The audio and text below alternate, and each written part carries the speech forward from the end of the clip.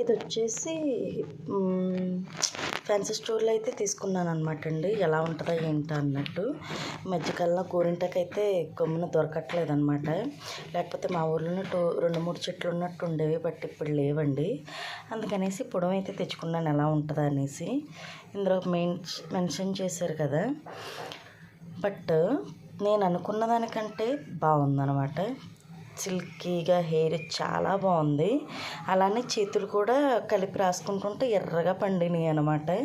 బాగుందండి. కొంచెం tea decoction, పెరుగు, నిమ్మకాయ కలిపి రాసుకుంటే నిజంగా బాగా పనిచేస్తుంది. నాకు ఇది 30 రూపీస్ ఎంతో పడింది అంతే, బట్ 30 రూపీస్కి కూడా వర్త్ అనే అనిపించింది.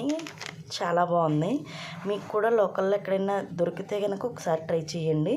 హెయిర్ అయితే మటుకి చాలా సిల్కీగా అయ్యిందనమాట. యాక్చువల్లీ చాలా రఫ్గా అయిపోయింది నాది హెయిర్. అందుకనేసి అప్లై చేశాను, బట్ సో స్మూత్.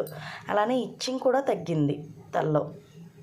నేను 2-3 టైమ్స్ అయితే యూస్ చేసిన తర్వాత చెప్తున్నాను. మీకు లోకల్లో ఎక్కడన్నా అవైలబుల్గా ఉంటే మటుకి ఒకసారి ట్రై చేయండి. బాయ్.